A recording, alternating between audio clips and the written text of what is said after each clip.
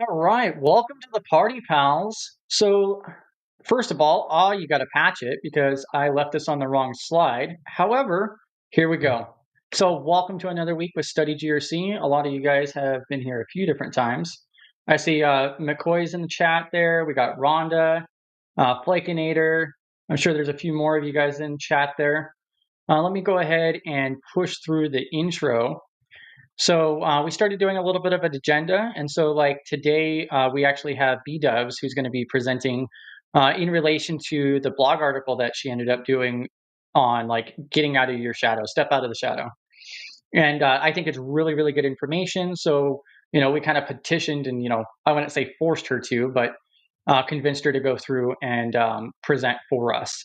I think it's a really important topic. Oh, yes. Welcome, Flakinator, first timer. Welcome to the party, pal. Welcome, first timer, Rhonda. All right. And then we also have Dwight, I believe that's a first timer as well.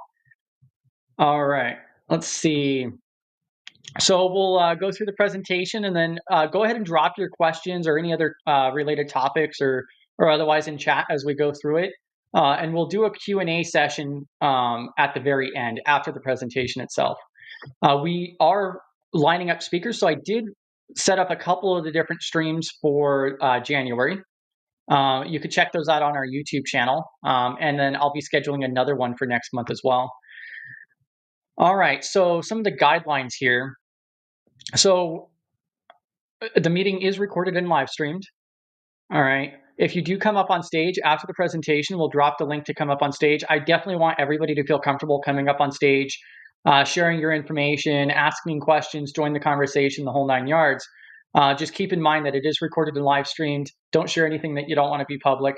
If you happen to share something you don't want to stay out there on the open internet, unfortunately, that might not be 100% possible after it's out there. However, we'll do what we can. Take it out of the video. There's a number of different things that we can do. Definitely ask your questions. You could share your personal LinkedIn, so you can join our Discord server, and we have a live chat in there that will replay your personal LinkedIn link into the different channels like on YouTube and so forth. So go ahead and join our Discord, and you could drop your personal LinkedIn there, or also in the intro channel there. Share useful resources, what's working for you. I mean, this is really like an open platform type of group. So just want everybody to feel comfortable with it. You can also check out studygrc.org to look at our other social platforms. So we do have X, we have our Discord server, we stream on YouTube, of course, and LinkedIn. We recently did add Twitch as well. So you can find us on Twitch too. I got to update some of the different links for that, but that's a really good one. And then here's the slide that I started with. So every Tuesday at 11 a.m. Central Time, we do have our privacy stream. So me and Dwight are going through and sharing just some like updates and creating some discussion, and especially things that we feel that are important that need to be shared to the entire audience, whether you're a practitioner or just the average Joe. I feel like that's a really important thing that we're putting in smaller form content, right around 15 to 20 minutes or so. And we're always looking for feedback for that too, whatever you guys are looking for. If you come across something interesting, we have a channel actually for the Discord as well, or in the Discord for privacy, if you guys have anything for that. Let me go ahead and check chat here real quick. Yeah, welcome to the party, pal, to everybody. GRC Mafia. Maybe this weekend in Discord, we'll go through and record some of the sound effects. I got to put together a soundboard. Come on, Flakinator. I'm going to have to give that one to ChatGPT or something. I have no idea what that even means. All right, and with that said, let's go ahead and transition over. And then we have B-Dubs over here. Let me go ahead and pull her up here on stage, and let's get the ball rolling. Welcome to the party, pal. Thank you for joining us.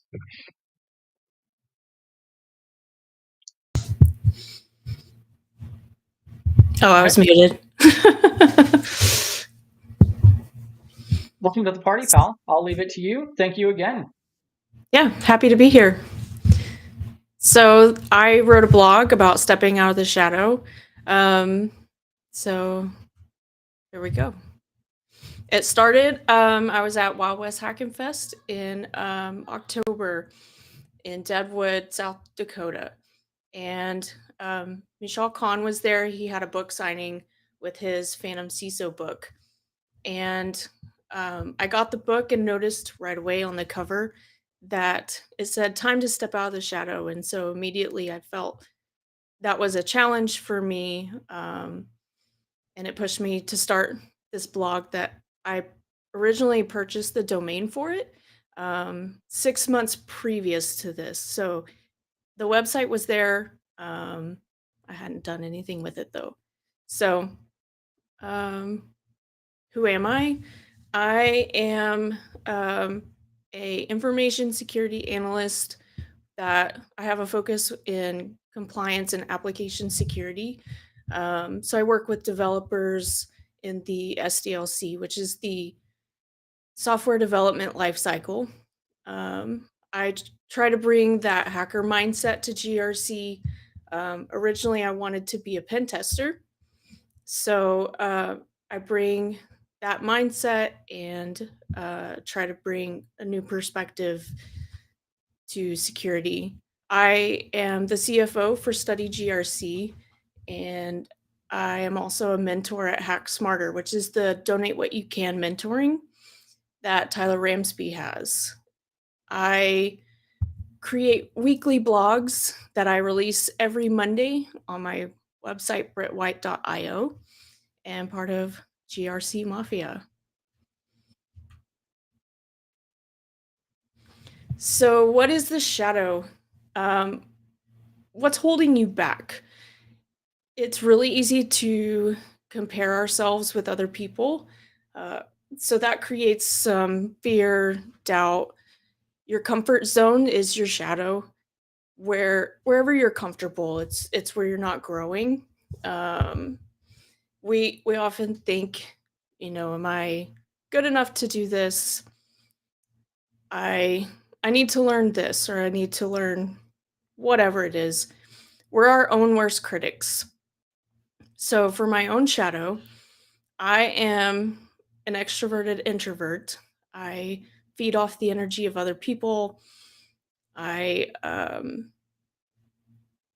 don't like putting myself out there. So this is my first ever talk. I am excited to do this and put actions behind my words and not just tell you. I'm doing the things myself. So I want to work on my communication skills. That's my shadow, and I'm constantly fighting that with imposter syndrome and all the things. So you you need to also be aware when you need to recharge, take action, show up for yourself.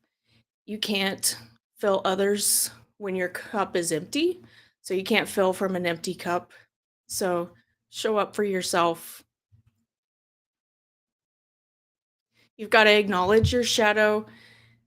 Awareness is key in this. So, imposter syndrome, who? Well, just do it. Um, Discomfort is growth. You want to reframe your skills so that not just for other people, but for your own self. You're trying to you want to reframe your mindset so that can you have your own confidence, and um, you want to embrace that discomfort as growth. And often in security, we're talking about mapping our vulnerabilities. Well, think of this as mapping your personal vulnerabilities to overcome them. So, what does stepping out mean? Um, you want to choose growth over comfort. My true passion lies in helping others in information security, and beyond that, I volunteer in a lot of other spaces as well, besides these communities. I want to help secure data, but I also want to help others find their path in information security and tackle imposter syndrome. I want to make an impact in our security and my own personal growth. So, um, take imperfect action. It doesn't matter if it's not perfect. You don't have nobody's expecting you to be an expert, but taking that first step and doing the thing, me being up here giving this talk, I know that, I should probably slow my words down. I need to stop saying, but it's imperfect action. At least I'm doing the thing and not just sitting back, well, one day, you know. Um, so share your story. It's important to be yourself and let others know where you come from, where who you are, because that helps others relate to you and your story. Maybe there's a way that, you know, one person can I lost that thought. But where my brain is going is, I hear it all the time. Well, I don't want to do this write up, or I don't want to do this YouTube channel because there's 50 other people doing the same thing. But you adding your perspective and your story will,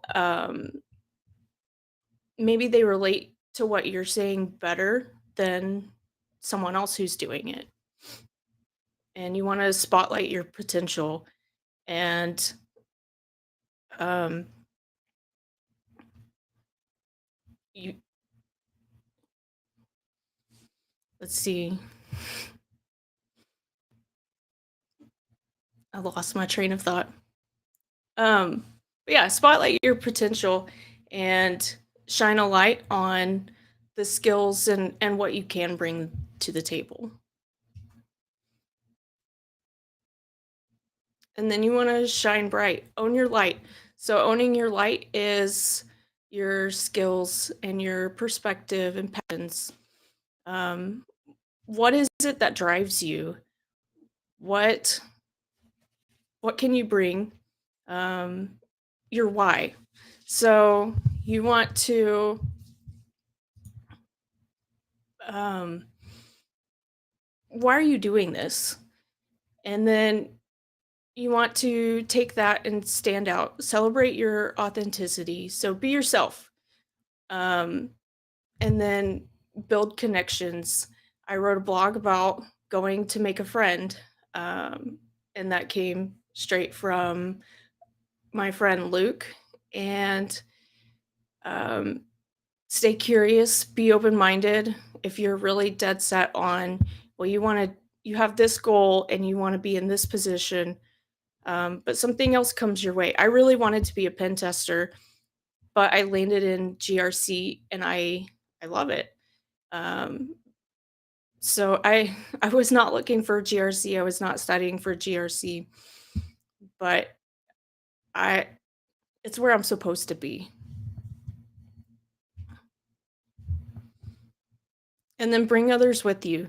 So, if people help you along the way, if people mentor you and throw vouchers for whatever it is, however someone helps you, then when you get where you're going, bring the people with you and the friends that you've made, help them on the journey and mentor and be mentored. That's You want to never be in a room where you're the smartest person. You always want to have someone smarter than you and someone that so you want to have you and then someone here and someone here. And that way you're being mentored and at the same time you're mentoring someone else. And I have actually learned that we learn a lot faster when we are teaching other people. So you don't even have to be an expert. Just share your knowledge, teach whatever it is that you know or want to know. Go research it and talk about it and lift other people up as you climb. That shadow is always going to be there. It's not going to go away. Imposter syndrome is always going to be a battle. But doubt is a reminder, not a barrier. So take that doubt in yourself and turn it around. Flip your perspective, your mindset, and learn how you can use that opportunity to grow. Progress is progress. It doesn't matter if it's a little tiny baby step or a giant leap. You're still further ahead than you were yesterday. And the shadow isn't the enemy. The shadow is it's a marker of growth and a reminder of how far we've come. So keep climbing. Growth is a journey. You want to set SMART goals. I wrote a blog on this as well. And SMART goals is, my mind is totally blanking.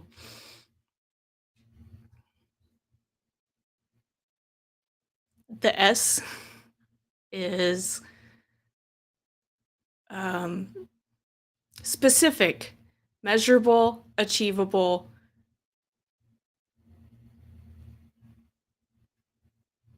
I have a blog on this. But set those SMART goals, set goals that you can attain. But also you want to dream a bit and stretch yourself. You want to take one big giant goal and then shrink it down into smaller chunks. And so then when you have like, you build your own path and your own journey that way, and you can take, when you meet this goal, then it's just the next steps up to your big goal. And every step forward is a victory, even if all it was maybe you're not a morning person and you woke up an hour earlier to accomplish whatever it was that works towards your goal. Just keep climbing.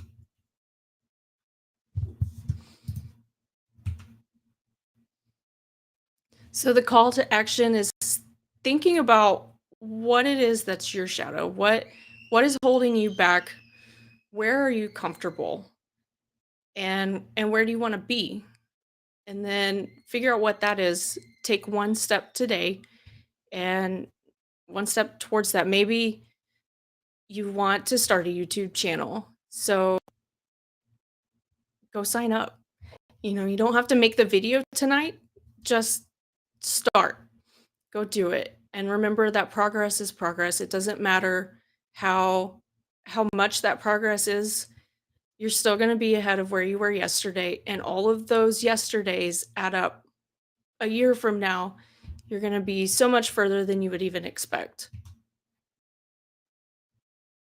So first you want to acknowledge and then take that first step out and shine your light and inspire others.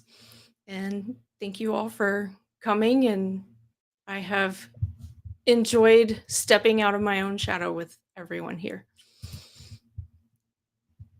Thank you so much for sharing. Yeah, and I think it's a very important thing for like everybody to realize, and taking a lot of the different stuff that you just covered is, just take action. It's just like I've said before about the Study GRC YouTube channel. One of my biggest regrets about it is not doing it sooner. We started these meetings back in like November of 23, and there was like almost 6 months of weekly meetings that we never recorded. Yeah. Just take action. You'd be very surprised. Like one of my concerns were, like, oh, what if I say something incorrectly, or anything happens, then what? But that just isn't really the case. Sure, you might have bad apples from time to time, but like that's how we're all a community and working together. And you have to just take that step, and then you get more and more comfortable with it as you go. I think the message is so important, especially for people who haven't really stepped out of the shadow that much, who are just breaking in, or even people who have been in the industry for years, who haven't presented or shared their knowledge that much, just because they haven't stepped out of that shadow. And I would even say, I'd even go as far to say as like, I don't agree with stepping out of the shadow. I say you should run out of the shadow. Run Facts. as fast as you can. Facts. So I'm going to go ahead and drop the link for everybody and open the stage here. So I want everybody to feel comfortable to come up on stage. You do not have to turn on your video if you don't want to. And then there's a few different messages that I did tag that we can go over real quick. Before we backtrack a little bit, I did want to call out Jacob here. So Jacob says that you still want to be a pen tester. And then I just felt a little triggered, okay, a little attacked here. Mostly because the last message here, let me try to find it real quick. So I think I pinned that one too, right? Oh yeah, that's what I have up on the screen right now. So I'm sure GRC is great, but you never know how fun pen testing can be. I feel personally attacked. I'm just saying. GRC Well, Mafia. he is personally attacking us because he's a pen tester. Exactly. Yeah. Infiltrating. But thank you, Jacob, for being here and supporting me. Yeah. And I get the overall message. Pen testing. Even though it's cool. GRC. We're fun. I mean, maybe, it just messed up a couple of your pen tests, it's, our compliance standards and frameworks and policies and procedures and whatnot. Maybe you're just a little salty. I don't know. I haven't talked to you.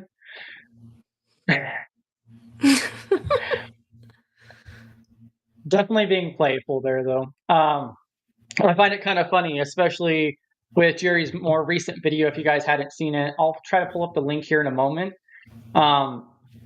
And then also Casually Joseph for day 9 for AOC, which was all about GRC risk assessment, like an intro. He just kept saying over and over, like Casually Joseph actually said along the lines of like, even like GRC is important, even though everybody makes fun of it on the playground. So, that stuff happens. One of the things, so this is one of the ones that I did mark out from Flakinator. So I like to operate in the shadows. In the light, my faces scars people and makes them cry. Well, I like to operate in the shadows too, but I wasn't growing in the shadows. I was only sitting and burning out. And if you're happy in the shadows, if you enjoy what you do, then hang out in the shadows. It's pretty dark there, though. There's also this from Flakinator as well. If you want to touch on that. Yes. So there should be an imposter syndrome talk or panel to let people understand how common it is for all people in IT. I have met so many people in this industry, and it does not matter if it's your first day or you have 30 years of experience. From the people that I've talked to, imposter syndrome is a daily battle. So take that imposter syndrome and change your mindset and use it as a challenge to face the things you're scared of facing. That's what I have to say about that. Bam. Yeah, and this also goes back to like coming back to like community. Imposter syndrome, like Gerald's talked about it. Jack Scott has. Even John Strand has talked about it as well. I think maybe he's gotten a little more used to it. But all of these different people, they still have issues like public speaking and so forth. It's not something that just dissipates. You just learn to push through it. And that also, it's the same thing when you are like on the job or otherwise. There's industry experts that experience imposter syndrome all the time.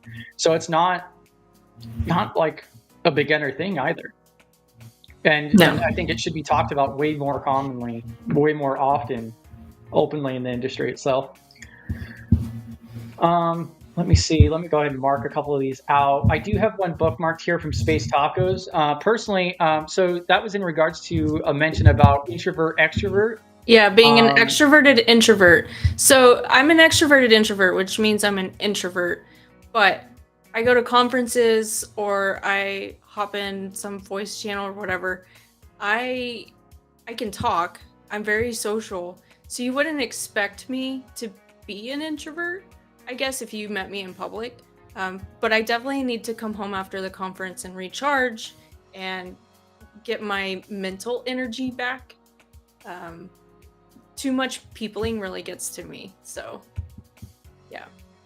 And I don't think I expanded on that when I was talking. I think I missed it. Yeah, I find it kind of interesting as far as like the introvert extrovert discussions go. I think there's a third or fourth different options too, or otherwise. But yeah, I like Jerry did a poll the other day during one of the daily cyber threat briefings, and like it was overwhelmingly, it was like 76% or something like that of introverts. So there's a lot of them in this industry. yeah. So what are some effective ways to overcome the hesitation that comes from being a careful observer before taking action? I do enjoy being a careful observer. I like to people watch. I think a lot of that is just being strategic. But you can't be an observer for too long. If there's something that you're wanting to do, or a goal you want to achieve, I don't know if I have like an effective ways list, but you just have to do it, and you have to stop thinking about it. You have to stop talking about it and just put the actions behind your words. If you're talking about it, stop talking and get to work. Go do it. Yeah, and also thank you, Space Tacos, for dropping the link to Jerry's video from the other day. And so that entire video is all about like how to break into GRC and some advice and resources for 2025. He did it like an update video for it. I'm also dropping in the chat. Casually Joseph has a channel that he started up. It's called Learn to Defend Cyber. I just dropped that in the chat as well. And so he's doing every single day of the Defend of Cyber with Try Hack Me.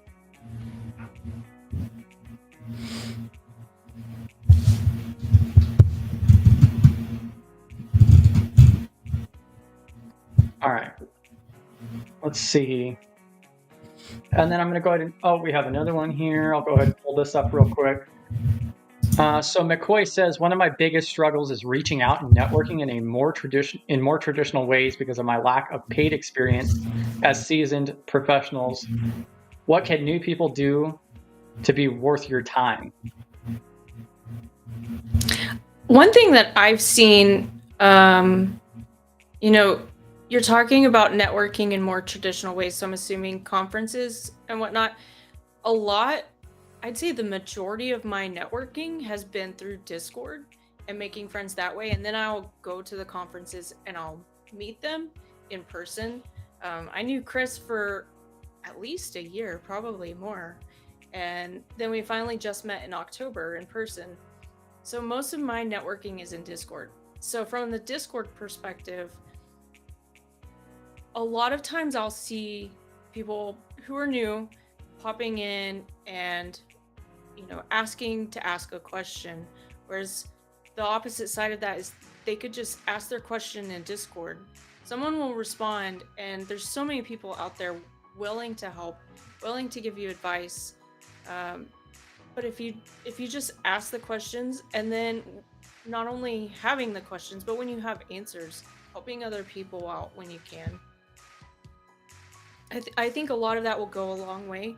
And then it's set there in public, so it's searchable. And if someone else has the same issue as you can go back and find it. And that goes a long way with some of the more experienced professionals in the field. Yeah, and I think that's also kind of circles back to stepping out of your shadow, even, because you also have to get comfortable. Like one of the big things, especially with me coming from like a union labor background, it was more frowned upon, more outdated in the fact of like, oh, you should just know what you're doing, and asking questions is a negative thing. Like then you don't know, you're perceived like you don't know what you're doing or otherwise. But especially in this industry, you need to ask questions. And if you're not asking questions, there's something wrong. That's something I had to get used to. I would also add, if especially when you're new and you don't really you're trying to figure things out still. It's so confusing. I'm still trying to figure things out. Don't send DMs. Like, just get in Discord. Get on, I mean, if you like LinkedIn, get on there, I guess. But get on Discord and communicate and just talk to people. There's so many people in there that will respond, but I would lean towards staying out of DMs. Yeah, I think that kind of depends on the person. But yeah, one of the big things I will say is like, don't just message people like, oh, hey, or something like that. You want to just include all the information off the bat if you do message somebody. I'm a big fanatic of like, just take your shot kind of scenario. So It's better to say something and not get a response than to not try at all. And I'm not saying at all. I'm just saying, like, for your generic questions where there's, lots of people who could answer it, don't go fire off a bunch of DMs to a lot of different people. Now, if there's something specific that you're looking for from a specific person, absolutely shoot your shot. Yeah, and like what I'm referencing there is like what can new people do to be worth your time? Yeah. It doesn't hurt. Worst case scenario, they either say no or don't respond or something along those lines if you're trying to talk to somebody in particular. But especially with questions and so forth, definitely utilizing the communities that we have, which is where like Discord's a huge advantage. And in person too. I'll drop the link to this too. So InfoSec Maps. So that way, this is an amazing resource for you to find local meetups, because I think that is by far the best option for networking is in person.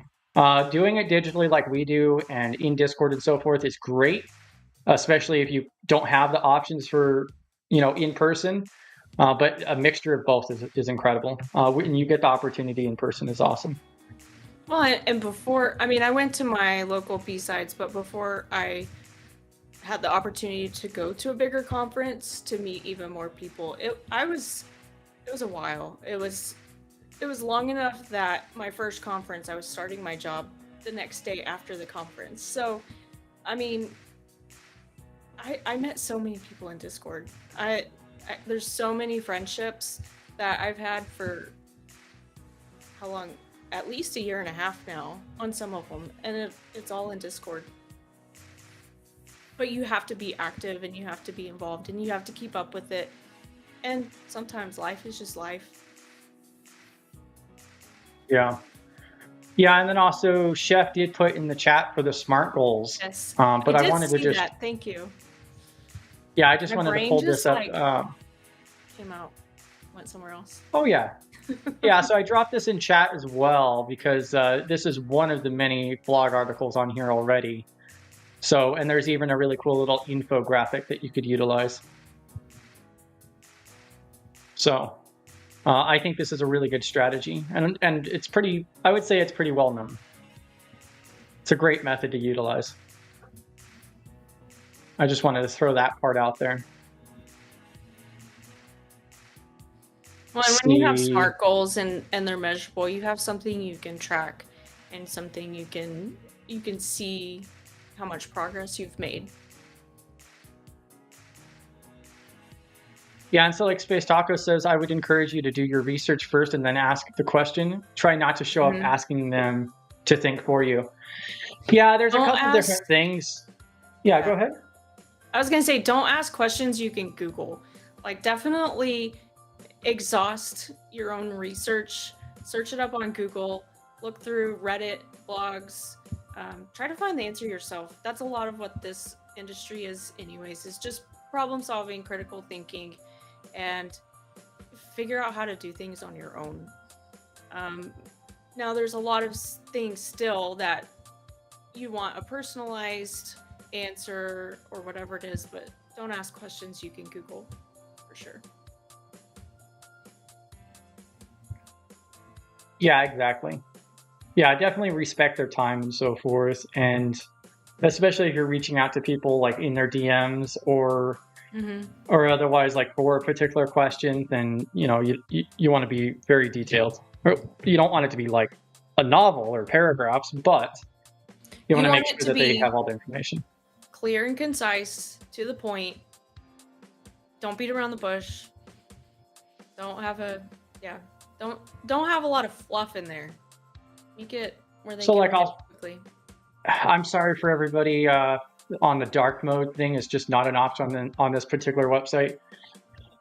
I'm blinded. However, so probably blinding half of you. However, I'm going to drop this in chat as well. There's multiple different websites around this realm about this type of topic. A lot of people just refer to it as no hello. And so basically what this kind of goes along with is that it's very common for people to send messages like, hello, are you around? Or you got a sec? Or ping, or just, hey, how's your day? And a lot of people just don't have time for that. I'll make sound effects. I'll include that too. Ain't nobody got time for that. But what the whole thing around no hello really means is just like, give the details off the bat. So like, hey man, what's up? Also, any idea on that thing do? That just gives up the details, so that way they can actually respond and there's not a delay in between. So that way it's not like, hey, and then you answer or ask the question. So it's just more effective and efficient communication. And it's funny you bring this up because I was literally scrolling through this page earlier today. I am a massive fan of this. And I'm not even afraid to admit it or otherwise. If half the time, especially if I don't know you, if you just message me and say, hey, I'm not going to go through and type out a whole response and be like, hey, how can I help you? If you're DMing me directly for it. Typically what I'll do is, and a lot of you guys probably have noticed this, is I'll loop back around like once a month or so and try to catch up on everybody's messages. So if you want like a more rapid response, then, that's like the best way to go.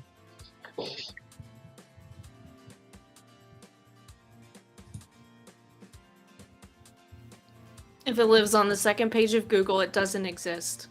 Facts. I feel like I've heard of a book like that before.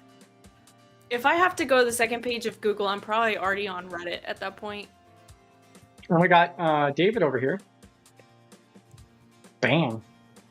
Hey.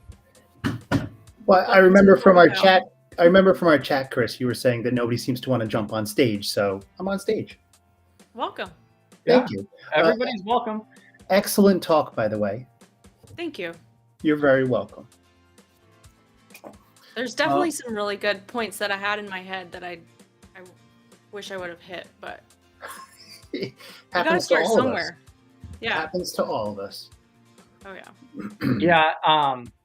Definitely want everybody to feel comfortable to come up on stage. So we were using like Google Meet for the longest time, but it was just such a struggle to use Google Meet and try to stream that to YouTube. And then we moved over to Restream, and it was like 3 or 4 different applications I had to utilize. So like 2 months ago, we swapped over to just Restream. So we do have a capacity of up to 10 people, which is typically more than enough. But I definitely want people to feel comfortable coming up on stage to join voice, or you can turn on your video if you'd like to. But yeah, it does make the production way simpler. And I did want to call Space Tacos out for this. I agree. Dark mode is beneficial. I'm sorry. Yeah. I would My like eyes are still blinded. Make a comment on the imposter syndrome. Because, well, as you know, Chris, because you actually did an interview with me, was that yesterday or 2 days ago? I can't remember at this point. So I do have 20 years of experience in IT. And I still get imposter syndrome all the time. It's just the thing that happens. I mean, you can't do anything about it. Well, you can. You can change your mindset. You can, but you're still going to get it from time to time. No matter what your mindset is, you're still going to have that little bit of doubt from time to time. Absolutely. But you just have to embrace it. So roll with it. And I would like to say, I can't remember who it was that was asked the question about that they don't feel like, I guess they belong, or something about speaking to some people. I can't remember. It was early on. I mean, that mindset needs to be changed, I think, is really the issue. Like, in IT, you should have no problem with walking up to someone and just speaking to them. If that other person has issue with you walking up to and just kind of speaking to them and asking them questions, talking to them, that's on them, not you. Because you're there to try to meet people and learn from them. The best way to learn is from other people. And if that person isn't willing to even just chat with you, that's on them, not on you. Yeah. I agree. Yeah, I think that's really good advice. I'm like kind of tripping out because this is actually a blue cup, but it comes out like it's black. It looks blue. It looks navy. Yeah. Looked a little bit darker. I was like, that's kind of weird. Yeah, imposter syndrome is always going to be there. That's what I found really fascinating is that even all of these, very well-known people still talk about how they have imposter syndrome. I mean, you'd never think somebody like Jerry, who has all his years of experience and a PhD in cyber operations, would get and has done dozens of talks and so forth. But yeah, it still happens from the ground up all the way to the top. Well, that's also why I was saying, Chris, I think like a panel might make sense, because for those of us like me, and I mean, granted, I don't have actual GRC experience, like professional. I've done stuff here and there work-wise, but nothing official. To people like Jerry and PBO and, many others, it's worth having all those people with all that experience jump on in and, talk about it, just because it lets the people know that are early on that are having the issue with feeling like an imposter, that it doesn't matter where you are in your career in IT, you're still going to have it.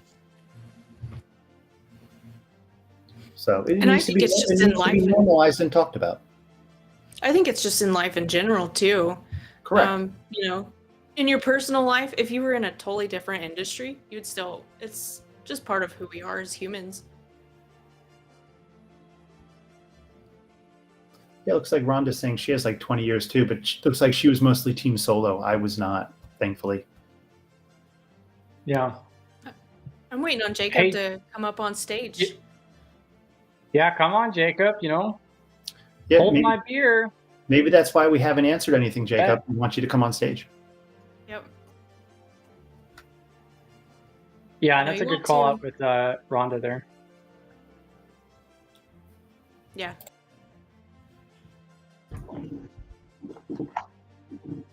Bam. Welcome to the party, pal. What's up, everybody? Hey there. Oh. I got really big for a second. I'm trying to. I'm getting it twice here. Hold on, I'm trying to fix it. Oh, you might have to pause. If you're in the YouTube, just pause that one. So I usually fill up if I want to type a comment, but I had to pause it because you'll get an echo. Yeah, I always have YouTube muted, but I do run that in the background as well. Yeah, if anybody has any questions or anything else, just go ahead and drop that in chat or go ahead and come up on stage. I'll go ahead and drop that link again here. We got plenty of space up here. Yeah, exactly. So let me go ahead and take a look here. So I was looking to see a lot of your articles, B-dubs, does relate to like imposter syndrome to an extent, like stepping out of the shadows. But I don't know if you've actually called it out right, have you? I don't think I've called it out right. No. I mean, if you control F in a few of my articles, you'll probably find it, but I don't have an article strictly on imposter syndrome. Oh, which also reminds me your newsletter is now working, right? Yes, my newsletter's working. It was broken. I had to fix it. Bam. So now you guys can actually sign up for the newsletter. Yes. So talking about newsletters and imposter syndrome real quick, I am writing a blog that should be out Tuesday that I reached out to a bunch of people. B-dubs is one of them. Zach Hill from Black Hills and a bunch of my friends that I've met in this industry, as well as like CEOs and entrepreneurs that have had imposter syndrome, and I am getting them to give me a little blurb of a time that they felt it and how they dealt with it, so that I can build like a list of, different ways that people have come up and figured out how to deal with it. There's your panel. Where is your blog? You could drop that in the private chat on the left and we can relay that.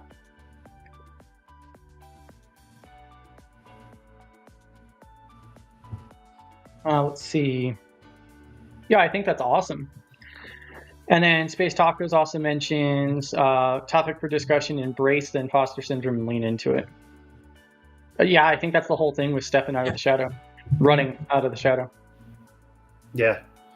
Signed up for the newsletter. Done. What a suck up. No. Yes. Thank you. Hey. Thank you. Brownie point. I need stuff to read because I listened to too many podcasts. Yeah. Let me see here. Oh yeah, Rhonda, I'm excited. I saw that it's coming up in January, so I'm hoping to make that. Oh yeah. Yeah. I think I've come I'm across excited. your website before. It's possible. Well, so actually, to Rhonda's point, and I think a lot of people say this, like if you have something you need to do but you're putting it off, or imposter, or whatever it is, set the date. I think someone was talking about it. Maybe it was it maybe Jerry, or I can't remember. I listen to so much stuff. But like if you're going to take like one of these certs or whatever, just Schedule it. Schedule it, and that means now you know when you have to be done by, and it forces your hand to do it. I would Well, also and the add to thing is- that. Go ahead, Oh, B-Dubs. Yeah. So what I was gonna say is, it's funny because Chris made me get up here. Like he set the date. I told him it was fine. I gave him permission, okay? But it was peer pressure, and so but he set the date, and I'm like, yeah, that's fine. And but the time came, and it's like, oh, I really have to do this. So, but I did it. Now I've done my first presentation. The next one will be better and keep getting better each time. And to go off of that's that big. point is set a date for whatever your goal is, but I would also encourage you to tell a friend to help them keep you accountable for CompTIA certs or whatever. You can schedule it and then be like, I don't want to do it that day, and then just keep moving it out. If you are having trouble keeping yourself accountable, your family and friends are the greatest people to keep you accountable because they just want to see you succeed too. Well, I also think you need to take into account too what's going on in life, right? Like if something huge happens that causes an issue, depending on what it is, it's okay to push it off if something like earth-shattering happens in your life. Yeah. You can't feel bad about pushing it off. If you're just pushing it off though, because you're like, I'm just going to push it off, that's a whole other story. That's a no. Yeah, I Life think happens, accountability is don't push it off because of imposter syndrome. Correct. Yeah, and I think accountability is a really big thing. I'll have to grab the link again, but Space Tacos in her Discord, an entire archive for GRC, and there's a whole section about like mental health as well. And I saw in there like an infographic that talks about like consistency is key. That's personally like one of my favorite things is consistency is key. However, the key thing there is that doesn't mean you have to, showing up is half the battle. You're going to have good days, you're going to have bad days. You just have to try, do your best. Some days you're going to be 100%, other days you're going to be at 15%, is another thing that I would throw out there as well. So, and I did share that blog in chat as well. So go ahead and check that out. It looks very familiar to me. I'm pretty sure that I have come across it before. So something I'd also like to mention, because you and I were talking about this, Chris, and I actually mentioned this story, but I'll leave names out. The whole imposter thing and getting up in front of people thing. So where I used to work, I was one person doing the hardware software support for a couple different departments, and one of the departments, which was about 300 people, had an all hands meeting, and IT, we were there in the very back, sitting in a tiered classroom. And the head of the whole group was having problems up front, and I turned to my boss and go, should I go up there and help her now? And he goes, no, just wait. And he goes, give him a minute. I'm like, okay, let's give him a minute. And when he still had problems, I said, now? He goes, now. So I had to walk down all these flights, just me, go up there, mute the mic, talk with them really quickly, help them with it, get it done, go, are we all good? Yep, put the mic back on and then walk back up. I got an ovation for most of the people, but I mean, like, that's sometimes the stuff you deal with in these jobs. And I mean, you're talking like 300 people. You know, it's just stuff you're not really ready for, or always comfortable with. And it happens. Yeah, I think that's a great call out. Yeah, and then I did want to mention here, so like Rhonda was talking about upcoming webinar, and so this is happening on January 2nd. You know, advice to stay out of the gulag, and then just after that, the following week, we'll have Marissa talking about a cynical overview of high trust. So like I've said in the past, checking out the YouTube channel is the best way to stay up to date with like what's coming up. I just wanted to throw that out there real quick.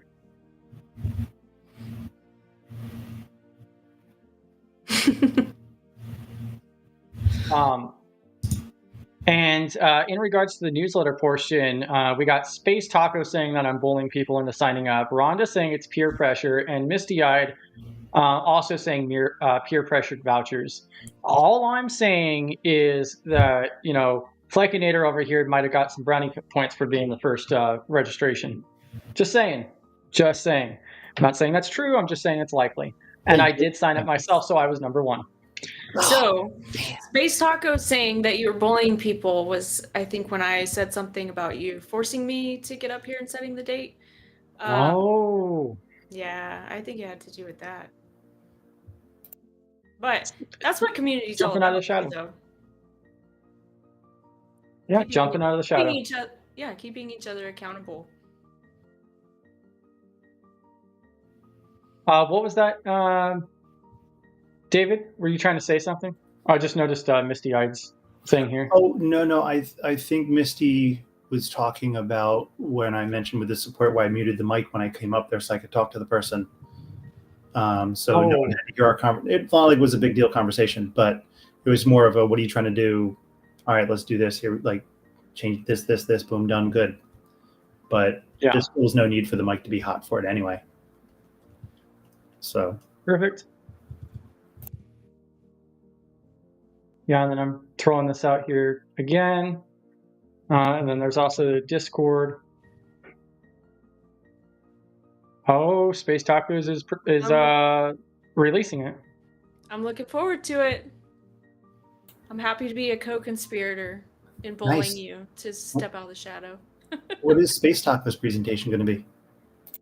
That's a good question. I am not in a position to disclose. Oh, it's not ready for. Okay, sounds good. Fair enough. Oh no, you're fine. That's all good. Like, you know, we do not have Illuminati at all. No, that doesn't happen here. Did you have any particular topic, Jacob? To present? Or that you just want to mention or otherwise? I figured, you know, first timer, I believe. Yep. So first timer. B-Dubs you want to introduce yourself? Yeah, sure. So my name is Jacob. I also go by Garesh on Discord. B-Dubs is a good friend of mine. I'm the one who tried to convince her that pen testing was the way, but she decided GRC. But it's the door that opened. It's the door that opened, yeah. So me and B-Dubs have been friends for, like 18 months now? Yeah, and like a year and a half. It's been strictly through Discord, and we talk a lot. I help her with her website. She helps me with my blog posts because she's a better editor than I am. Oh, and we've never met in person either. And we have never met in person. So I feel that about the writing aspect. I am very jealous in regards to the writing. That blog is amazing. Definitely a lot of time put into it. I spend a lot of time. a questionable amount of time. No, and I know I gave you guys crap about GRC or pen testing's better in GRC, but I do appreciate my GRC people. They help a lot, and they make my job a lot easier. And I was just trying to call out the stigma that they're not the cool kids. Oh, no, I understand. Yeah, especially around here, we know that GRC is, top dog. We get that. Yeah, don't worry. If I had my stainless steel clipboard nearby, I'd, pull out that notepad. Let's see. So that means Jacob's not invited back again, right? After that comment, is that what that means? Oh, no, invited back even more so. I'm not saying GRC is kidnapping pen testers. I'm just saying I know more people who went for pen testing and became GRC. Oh, there you go. I'm just saying. Hey, PBO's here. It's all about collaboration, too. We all got to work together. Correct. Yeah, that's one of the key things, is that there are jokes in the industry and so forth, especially around GRC, I must admit. However, everything works together. Every little piece. Everybody is essential. It doesn't work without the cogs moving. So everybody has their key place. Yeah, I don't think enough people actually fully realize and understand that it might feel like you're kind of in a little bubble here doing your thing, but everything you do depends on everybody else. Like, you need the programmers to help you with something, or you need the pen testers to help you with something. The C-suite, you always are going to need someone else somewhere else in some level of wherever you're working. And even if you're team solo, at some point you're still going to need someone, even if they're not in the company and they're external, like, maybe come to one of us or whatever. You're still going to need someone to help you at some point. Yeah, and now that you mention that part, I think this is a really good opportunity with somebody like Jacob here, because if you might not think about it, but if you look at our different frameworks and so forth, how do you think those were designed? A lot of that different stuff, we have pen testers to thank, people who are breaking things. That's just one example of how things work. So MITRE attack frameworks, the OWASP top 10, even all of the different controls in the 53 or NIST, you're still, it wasn't just some GRC guy in the background like, oh, this is something we should look for. It's all about did you want to give it? Everyone has their place. Do you happen to have maybe an example of working with GRC team that you could share? A positive one. Positive one. Most of the time that I deal with GRC is very positive. It's the developers that's not positive. Hey, on the side of GRC Mafia, I'm just saying we could team up. I'm not a fan of the DevOps and so forth. I mean, poor PBO. I can't think of an example right now. You kind of put me on the spot of when GRC has actually come in, but we have, meetings all the time that could be emails, and GRC is always there, and they always bring up something random that I would never think about as a pen tester. Whether it's like you shouldn't have something simple like, I don't know, someone's social security number being able to come through. And I'm like, as a pen tester, I would use that and I would report on it, but I wouldn't think about it in a meeting to say, hey, you should probably fix that now before you give it to the pen testers. Yeah, exactly.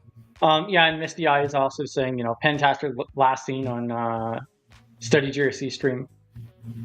The last one, I believe, is what they're saying there.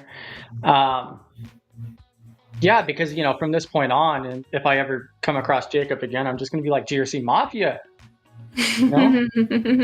Yeah. I gladly accept it. I mean, if I'm part of the club. I like being part of the club. Yeah, if anybody else has any other topics or otherwise, go ahead and share it. So we were talking a little bit about the imposter syndrome, stepping out of the shadow, which, I'm still going to petition for a run out of the shadow. Another interesting topic too, I was kind of thinking about like starting a thing on LinkedIn and so forth about like MFA Monday, we could just share like the help doc, like, oh, hey, it's MFA Monday. Do you use, Restream, or do you use a Google account? Check out this doc and, enable MFA today. We could do the ABCs of MFA.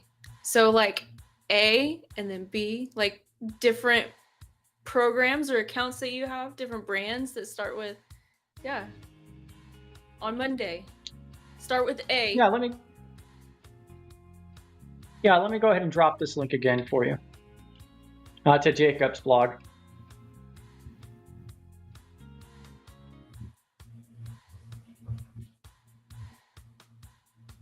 Yep, so that should show in the chat now, misty-eyed.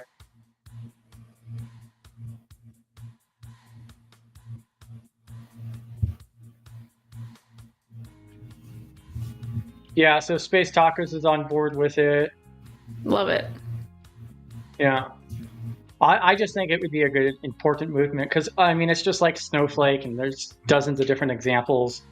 One of the things that I found interesting, I think I mentioned it before, is that after the Snowflake incident, and the issue was, the root cause was like, because no MFA was enforced from the get-go, is then they started enforcing it. Well, at the time I had a Google Workspace account, and then Google silently in the background was like, hey, we're going to start requiring all admins to enable this now.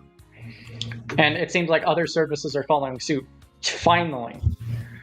So, Rania, bam, welcome to the party, pal. Multi-factor Mondays. Yeah. And there's a website, I think it's called like 2FA Directory or something like that, that I've looked at before, that's just like an archive. I'll go ahead and pull it up on screen here real quick. Yeah, and by the way, Dwight was saying Data Privacy Week is the beginning of the year. Bam. So I'm going to drop this in chat. So I've used this in the past, and this is like an open archive. It's called 2FA Directory. And you just type in the service or look at what website you're working on. And so like if we just type in Google, maybe it'll work. So then you could see like Google Play, Fiverr, Google Drive, and then it links out to the help doc to enable. And it'll also let you know all kinds of different information about the service. So nice. It's a really easy way to, like, for LinkedIn, for an example, you just type that in, you click on that, and then now it takes you to the 2FA page, or the MFA page for it. I like MFA. I think it's great. I also, though, would like to die on the hill of, can we stop the short passwords? I want, especially banks, can we not have a password limit of like 8 to 16 characters? I think I had, I can't remember. I think there was 1 or 2 sites I found that seriously, like I was on support with them. I'm like, oh my God, I can get up to 128 character password. I'm like, sweet. And I did it. I'm like, done. And the person's like, you must be in security. I'm like, what do you mean? He's like, no one that I know of other than IT security people I've ever talked to complain about the password policies. I go, well, you're right. And they all should be, like everyone. And especially with the knowledge of everybody who's joining us, maybe somebody can answer this question, maybe PBO for an example or something, because that's a perfect thing to bring up too, because like I've seen, I have a service that only allows up to a 12-character password, which I think is outrageous. I think I can actually tell you why. So you have to remember, right, we're talking, some of these systems are ancient, especially when you're talking at like some of the banks and stuff. Their systems are so ancient. They're Unix, and nothing wrong with Unix, not knocking Unix at all. But the systems are so old and they're not going to upgrade them because it costs money and it's actually working and running and they don't want to do anything. It can't handle stuff longer than that. And that's the reason why. That's really what it is. Money. Yeah, it's money. They're not going to spend the money to do it. And in a way, I get it in the sense of, if it's not broken, don't fix it. But in reality, it actually is broken because it's too short. It's not secure, patch it. Correct. And maybe that'll change, right? Because I think, didn't CISA change it that like they're recommending like a 12-character minimum or something now? I think that's what it was. And, all the other stuff that goes with it. Maybe that'll change some of it. Maybe it won't. I don't know. But it can't hurt. So I have a question for the GRC people. What about the push for no password or passwordless authentication? Well, so if you're talking about a pass key, that's not a bad thing, right? Because I think I was actually they were just talking about it on the Security Now episode this week. I think it was that podcast. They were talking about how the nice part about the pass key is it's public and private. So you have the private and all the other places are using the public part. So even if there's a breach, that doesn't do them any good because they don't have the private piece of it. So technically it is passwordless. So from that standpoint, it's not a bad thing. And with some of the stuff, like I know 1Password does it, and I think Bitwarden do it. And I think it's actually starting to spread across now too, is that you can take those pass keys with you and go, like you're not locked into only my browser on my computer. You can get it to sync up between multiple devices. So you can now kind of carry it with you with a password instead of your password. And it's I know Bitwarden does. I know Bitwarden syncs between your devices. Yeah. And I know 1Password can do it because that's what I like. Mm-hmm. So Bitwarden. I'm not a fan of it personally. So I think it depends on how you implement it. Okay. Correct. I love the security keys because you have to have that physical device. I think that's a really cool thing. And I do use passwordless with my security keys. However, I absolutely despise anybody who puts their multi-factor authentication codes into their password manager or a security key. I don't feel you should put everything, your trust all in one spot. So that's a huge pet peeve of mine. So Chris, I highly recommend then you listen to Security Now from this week because they were discussing that. And I'm not going to start an argument because they even said like, you know, some people will put them all together and some people won't. And I think at the moment they really haven't found a pro or a con either way to doing it. But again, like I said, I'm not going to start an argument, but they actually did discuss that, if I remember right, this, and there's nothing wrong with either one, but they did start they were talking about that, if I remember right, the episode this week. Oh, yeah, and you, especially if you could drop the link for that, I think it's a great discussion. So, like, my issue is like, for an example, I'll move from 1Password to another password manager, you know, somewhat regularly, I would say. So I'll go in between like the Proton Pass and Bitwarden primarily, and like for Proton Pass right now, what protects, like if somebody gains access to my device or my screen doesn't lock or something like that, or I get some type of, you know, remote access. What prevents them from doing anything? A PIN. I think it's a five character PIN or something along those lines. I disagree. What? Check your security settings, because in my Bitwarden, I can set it to instantly log me out, and I have to log in every single time I need it with the password. So if I'm traveling, if I'm at home, But does the average person have that enabled? Because the majority of the people I've met, their password managers don't even lock. That's a problem. Yes. And that's one reason why I don't feel, and then that's one account gets compromised and they have everything. Yep. So that's why I think security keys and the pass keys are great, but I'm a huge advocate for actual physical ones. Because like even to sign into my computer, you have to have that. And I carry that with me on my person. So. Well, and if we're talking about in a business environment too, Mm-hmm. There's always going to be Carl, you know, in accounting. And so the YubiKeys and something that's physical, I love it. Yeah. Yeah, I think that's something that we could probably like do a talk on, to be honest. And I love to call out to Flecinator for mentioning that article. The big problem with the YubiKeys is the cost, because then it's what? I forget, $80 or something, but then times each employee. Oh yeah, for sure. I think that's what the struggle is for most companies, and then you have the issue with managing those keys as well. So, I mean, then what happens if your remote employee loses their key somewhere? They go on vacation for a weekend, take their key with them, and it's gone, and then they can't sign in on Monday morning. So, that's definitely an issue too. Sounds like a personal problem. All right, so Chris, somebody was telling me. Yeah, go ahead. No, finish. You guys are in the middle. Go for it. Oh, I was just going to say, I forget who was talking to me about it, but finding like a dozen different security keys at one of the cons. Was that Rania? Maybe. Or I remember somebody? this. I remember this. It wasn't me. It may have been Rania. Yeah, it might have been Rania, but yeah, that's all I was going to mention. Oh, so I was going to say, I posted for you to put up the link to the episode that's from this week. And then another one I posted is actually the web. It's GRC. It's his thing, like Gibson, like Research Center or something, but it actually ends up being GRC, so it's a little confusing. But I sent the website to you as well for the archive of all their episodes, and there's over 1,000. I think it's like 20 years worth of episodes. They've been doing it once a week for like 20 years now. Wow. The most recent one, they do not have the audio and all that stuff online yet. I'm assuming it'll be there maybe next week. So, but there's show notes and audio for everything, even going back to their very first episode. And it's this podcast that you sent me is the one you believe is the one that they talked about that? I'm pretty sure that, I think it was Steve Gibson and Leo Laporte were discussing about that. It might have been from a question. I think it might have been a user question.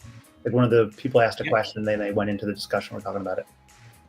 Yeah, I got to catch up on chat real quick, but I'm going to drop this in chat. So that's the podcast that David shared in relation to that. Yeah, I'm with the pretty sure security that was and the this one. passkeys and the password manager.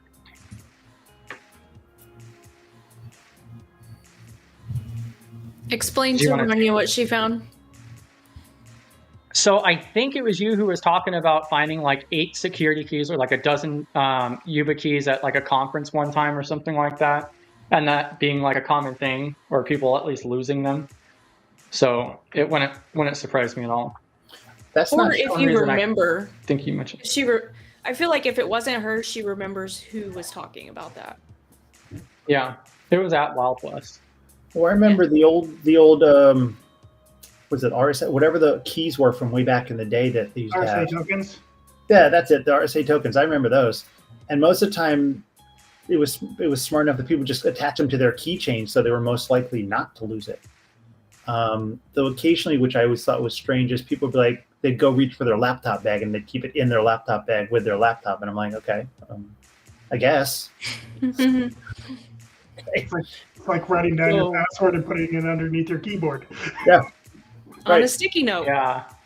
I used to see people, you'd walk into the office and on the whiteboard would be all their username and passwords, and it would specifically say what it was for. Yeah, And I they used to all work share for them the school too. district. I have done the same thing. Yeah.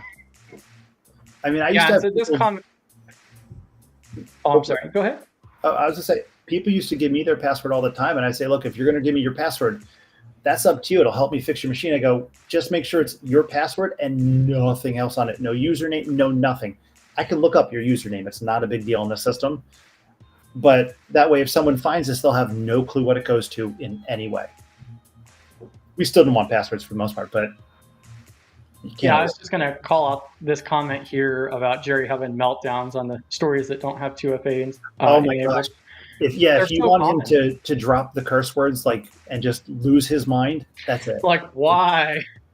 Oh, I get it too. Like, I mean, some of the podcasts, even some of the people there are like, why? Like, I don't, especially when like with Snowflake and other ones, it's obviously already in place. So it's just like, it should have just been like, hey, Bob, just check that box over there for me, please, and save it. Okay, done. Like, that's all they had to, like, that's probably all they had to do was check a box and say save, and then that was it. Why you wouldn't do it from the start? I don't get it. Yeah, and if anybody else has anything else to add to the conversation, definitely drop that in chat there, or here's also the stage link again. I did also want to mention, which one was it here? It was one, yeah, so Jacob, so you brought up the question from a pen tester perspective. What are your thoughts on it? I think passwordless and a proper implementation with keys stored in the right proper way is great, because one of my favorite things is just password guessing and see how long it takes me. Knowing like that's half the job. Yeah. Like knowing that people, especially with some of the policies that come through, like you have to change your password every 60, 90 days or whatever, it becomes, okay, I have to change it so often that I forget it. So I'm going to make it easy. And then you get passwords like spring 2025. That's right. Spring 2025 exclamation point. So taking that out of the user's hands and being like, this is all you have to deal with, this little piece, and everything else on the back end is, we're going to secure that for you. Yeah. I think is a great, because Well, it would help a ton of businesses. the other really big perk I've heard discussed about the passwordless, like passkey stuff, is it also helps prevent the whole like phishing website thing, because it'll only do it on the actual website. So if a scammer has a website that looks completely like it, it still won't do it because it's not the right site, and it knows better than we do.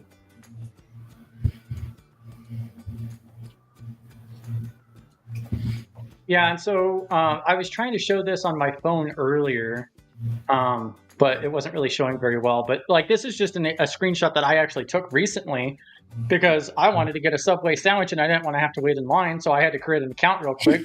And it was just another example of maximum character limit. And I love the fact that they have some of the different requirements there, but why 20 characters? I don't think I have any passwords that are under 20 characters. And usually I try to go for the maximum until it kicks me out. So, because why not? But nowadays, I'm not using anything. I'm not like, yeah. My starting minimum is 30. Yeah. I start at 30. And if I have to bring it down, I bring it down. What actually makes me even angrier than having like that limit of 8 to 20, whatever, are the ones that just say create your password, that you do it, and then they come back and tell you, oh no, you missed this requirement, or it's too long, and you're like, how am I supposed to know that? You didn't even tell me up front. You just said create a password. Like, put it there. Like, just tell me first what Those are frustrating. Yeah, because it's like, or the sites. I had a couple where I did it, and I created a really long password, and it looked like it went through, and I'm like, great. And then I go to try to log in, and it goes wrong, and I'm like, what the heck? I finally figured out what it was doing is it would automatically trunk it, but not tell you that it was trunking it. That it didn't say, oh, you're over a limit, you need to do a new password, and here's a limit. It just would take like your 40 character password and go, all right, it's now 12 long. So when you enter that long one, it would say you're wrong. Yeah. Oh, we also have this really cool thing too. If you look in the top left-hand corner, then you'll see this, you could scan a barcode even. Whoa. A QR code here. So there's B-Dub's website. Oh, nice. I am so hesitant about QR codes. Like even when I'm out and about, like the first thing I do is I walk over and I'm like, try my finger to see if I can. I'm like, okay, I'll scan it now. Scan at your own risk. Yeah. I'm like, let me make sure it's the real one. Okay. You have to decide if you're willing. You have to decide if you're willing to accept the risk or not, Yeah. Well, at the ice cream place, it's always worth the risk because you get an ice cream. I mean, that's just a given. Yeah. Oh, facts. But, yeah. Yeah. But yeah, like when they have the stuff for parking, and I'm like, yeah, I'd rather get a ticket than scan that QR code. Thank you very much. Are you the guy who gets out of the gas pump and pulls on the card reader to make sure? Oh no. Yeah, I do that 100%. No, because I do all my stuff. It's all from my phone, so it's all like the NFC stuff and like the Apple Wallet. So like I'll scan the card through, so I never slide anything in the machine. I've stopped. And I think I only do that when I have to. If Apple Pay is available, I've been using Apple Pay every time. You got to get that Apple Pay cash back. Even if well, I have my cards on Apple Pay, so it doesn't matter. Oh yeah, so I have my cards with me. I saw that. Yeah, so Space Tacos. From what I've seen, read, heard, basically a lot of times what'll happen is like the QR code that we have on the screen here. If it was one in real life, someone like Jacob could walk up and stick another one over it almost perfectly.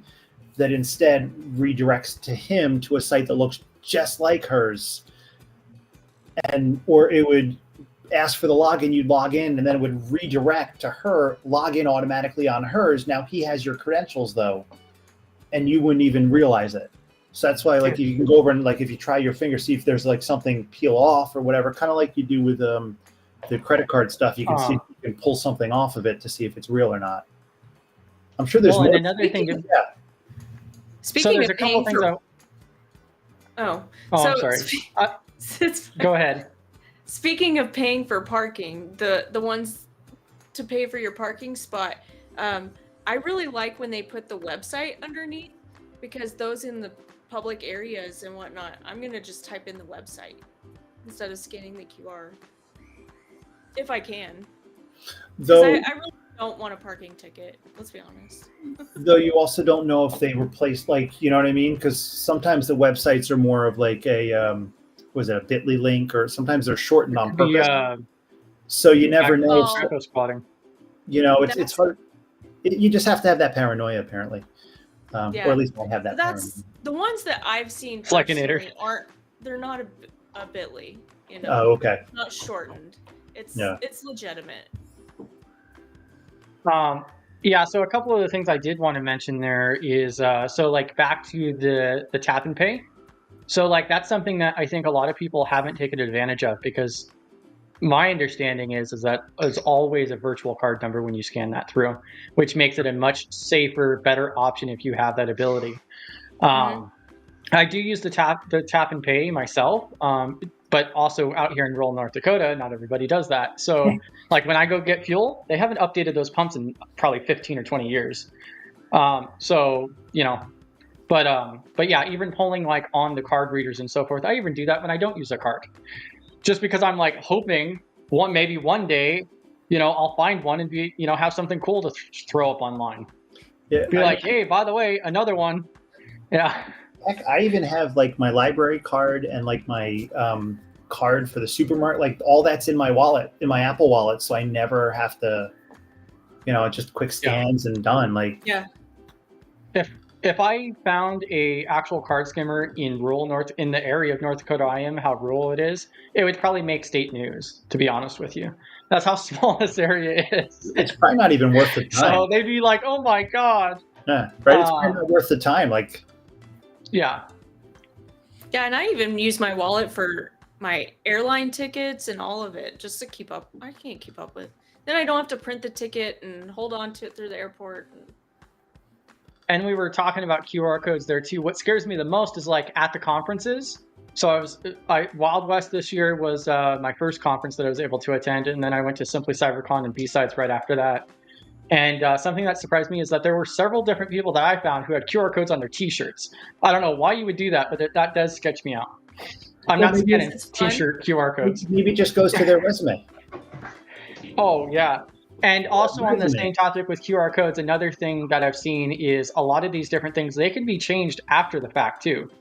So a QR code could be made, but then they could redirect that and update that link at a later time. Or like when you use a Bitly account, for an example, what if an attacker gains access to that account and then they could change all your links to, you know, malicious? Oh, yeah. Where I used to work, they had a shared Bitly account and they're like, here you go. And I'm like, okay. I go and I'm like, wait, I have full access to do anything? They're like, yes. So please don't delete anything. I'm like, okay. I'm going to add some stuff. Yeah. Yeah. You said not to delete. We'll change these links over to some affiliate links. Yeah. But, and it's just that kind of mindset. Like, I went to DEF CON for the first time this year and I made my own little sticker, and I was going to put a QR code on the back that went to LinkedIn. And I was like, no, because everybody's not going to scan it. So I literally just typed it out. The whole link. Yeah. Especially at the conferences. Yeah, that's like the high risk zone. I'm like, nah. That's how you get rickrolled. Yep. So, yeah. Facts. And then go ahead and clear these ones out. I'm kind of shocked PBO never jumped on stage. I mean, I don't think he's still in anymore, but. I know PBO. What's going on? I'm going to go ahead and drop his. I don't think there's a comment from him in a little bit.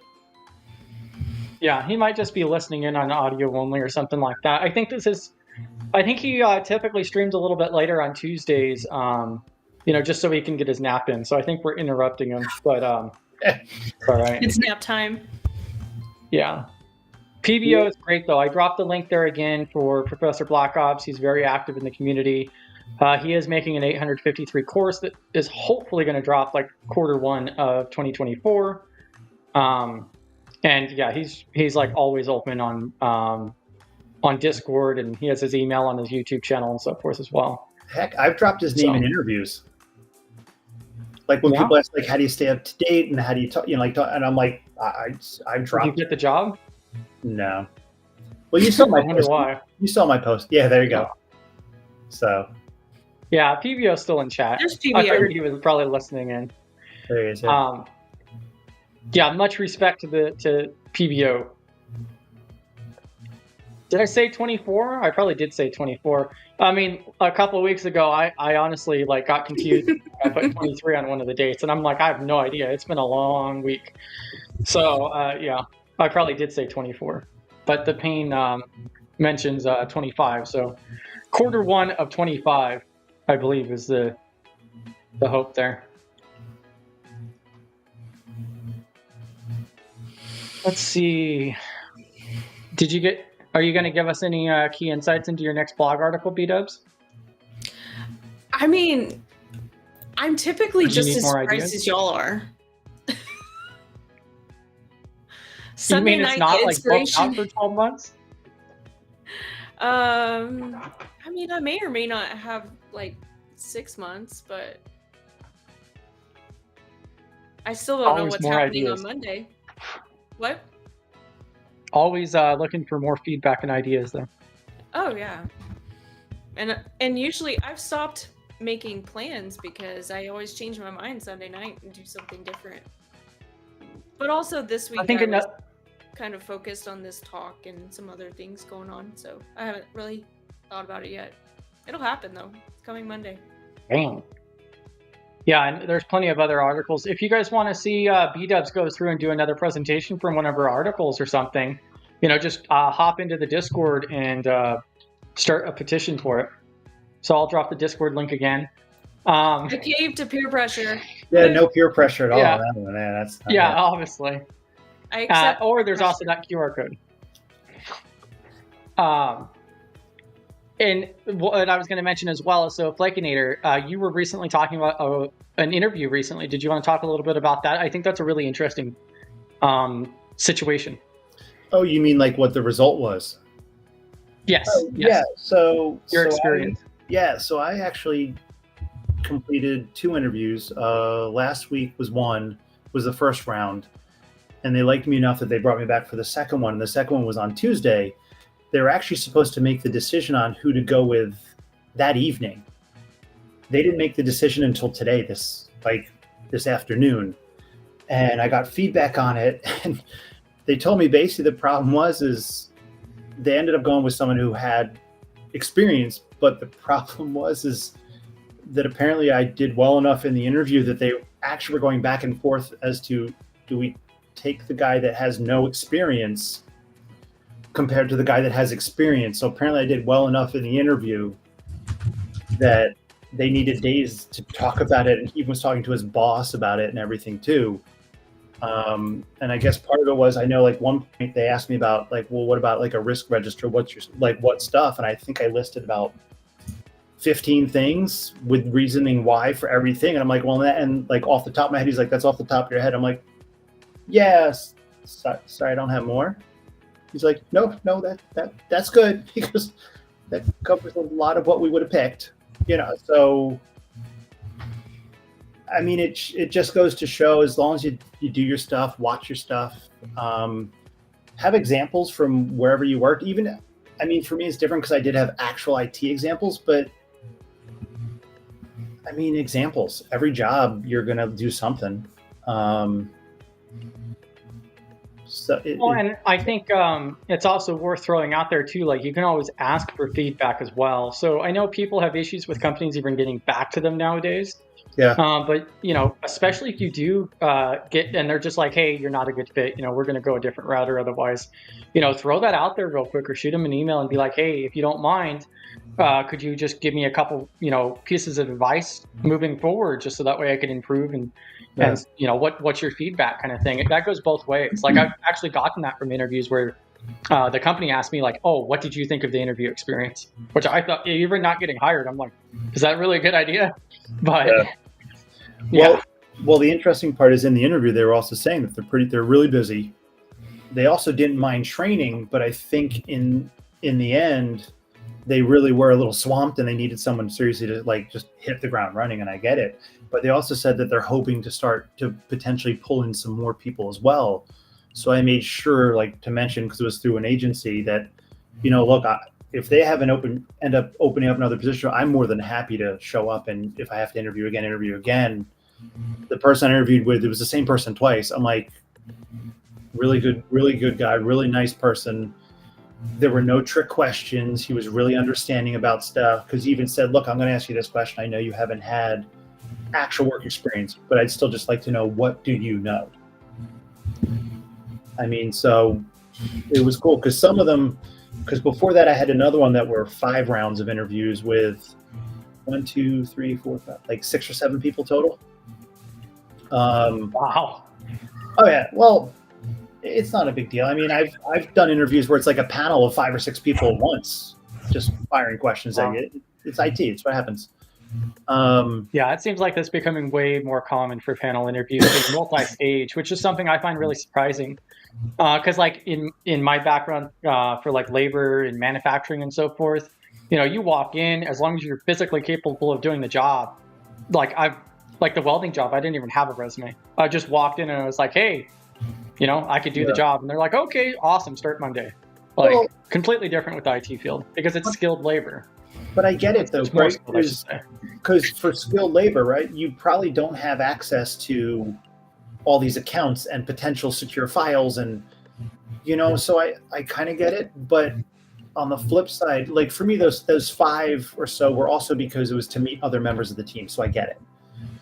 Yeah. To me, the issue I have is the companies where it's like you're going through 6, 7, 8 interviews, and it's just with all different people randomly all over the company. It's like, look, there should be 2, 3 at most, because if you can't decide within those 2 to 3 interviews, really, you have no clue what you want from a person, and that really speaks more about you than the people you're interviewing.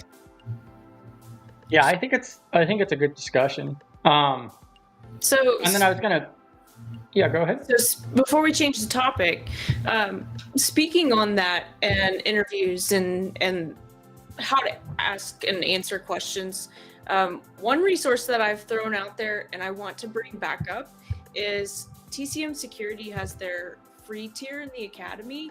And in that free tier, you get access to the soft skills course that Zach Hill has a ton of good videos in that course with. I learned so much from him, how to, in the interview, how to answer the questions, how to ask questions at the end, and learn a lot about the company and learn from yourself and how you did in the interview before it's even over too. So definitely check that one out, and it's free. Yeah, I did a couple courses. I did their OSINT course, and I actually took Jerry's course through them. And then later I jumped over to Simply Cyber, and when it went on sale for, was that Black Friday, I ended up buying it for Jerry to have the lifetime access to it. It's not so. It's at the bottom, Chris. Yeah. Yeah. So I'm going to drop this in chat real quick, but I did want to point out. So it is free, but I thought they had a filter for it, but if you click on foundational, then they have the Linux 100. They also have practical help desk, programming 100, fundamentals. And then at the bottom, they have this soft skills for the job market, which is what B-Dubs was talking about. Also, there's 4 courses. Definitely go take the soft skills. So, and if you're on the free tier, you don't have to filter. It should be right there. And a lot of people don't realize that the soft skills course right there, that was originally part of the PCRP program. Like you had to pay for the PCRP program to get that course. So they did a good thing by dropping it to the free tier. And now it's Well, free. I think a lot of people don't realize how important the soft skills actually are. Because, Yeah. and I've said it before, and I think, Chris, we've discussed it before too, like, you can teach almost anybody the technical, the programming, the pen testing. It doesn't mean they're going to be amazing at it, but right, that there are different levels of how good you can be at those, but you can still teach it to them. If some of the people don't have certain soft skills, some people might not actually be able to learn them, or they're not going to learn them well on the job, and that could be a problem itself. Yeah. So that soft skills course is what gave me the confidence and push to purchase my domain 6 months before I actually started writing in it. So one thing I want to jump back to the whole panel thing. Actually, I have a story about this. So a friend of mine who I actually just talked to a week or so ago, she was interviewing where we used to work. Well, where I used to work, she still works there, and she went through a couple rounds of interviews, and they're like, "Yeah, no problem. Rounds of interviews with your peers and stuff." She comes out and ends up talking to me after doing like 2 panels, and I speak to her about it. She goes, "Well," and she goes, "Oh yeah, I think they went well." She goes, "But I went to our boss and then ripped into them." I'm like, "Why?" She goes, "Because it wasn't my peers." I'm like, "What do you mean?" She goes, "It was all white men." And I'm like, "Oh, yeah, no, that's not your peers." She made such a big deal about it, which she rightfully should and did, which is awesome, that they redid all the interviews, changed it, and all of a sudden they mixed in women, they mixed in people of color, they mixed and started doing that across the board because she was right. So, I mean, to me, some of it is, if you're going through all these panels, also pay attention to the panels, right? Because if it's all white males, I mean, if it's an all-female company, that's a whole different thing, right? I mean, or an all whatever company, that's a different thing. But you also want to see who's interviewing you, because you want to see what the makeup of the company is, because we all know that the more diverse a company is with employees and everything else, the better the company is. There's so many more perspectives that can bring. Correct. And you don't want everyone to have the same ideas. You want everyone to think differently, so that you can bring your ideas together and, combine your strengths and be stronger together. So, totally agree. So I also was really proud that she stood up and just kind of let them know, like, this is not my peers. Like, come on. Sure. Yeah, and I think that's something that's changing a little bit more. It's an interesting concept and an interesting movement that's moving along, because there's a lot of different facets of that. You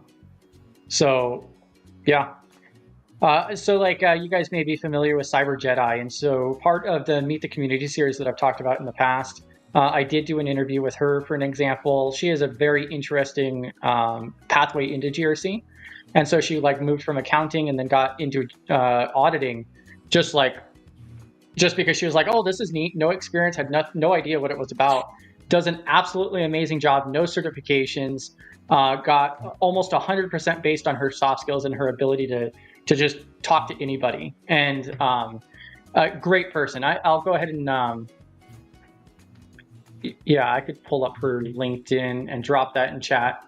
But the reason I mentioned her is because she's talked, you'll see in the interview itself, she does briefly discuss some of the different diverse groups. And in Simply Cyber, I dropped a lot of that as well, because it's just, there's not enough of it. So in the women's channel, Women in Cyber channel, I ended up dropping her resources in there because she ended up showing 12 different communities or something.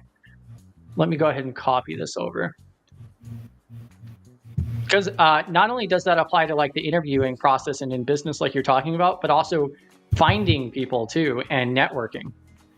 So there's another thing I would call out. So you should be able to click on that and it should take you to the message in the Simply Cyber Discord. If you have problems finding it, just let me know. But it has things like Latinas in Cyber, the Women in Cybersecurity, Black Girls Hack. There's I'm probably going to pronounce this wrong, but somos.tech, Cyversity, a bunch of different community groups as well to throw out there. It's like B-dubs, like she said in the presentation about, just because 300 people are doing the same thing, we're different. Each one of us is different. Even if it's the same exact topic, with our life experiences, we look at it in a different way, which means we bring something totally different to it. And yes, you know what? It could be that 90% of the content is the same. It's that little bit of 10% that you will make that's unique, that might make someone go, oh my gosh, you know what? That's right. I've never thought of it that way. Or, hey, this sounds really cool, even though I've seen these other two and I'm like, it's all right, but you don't know.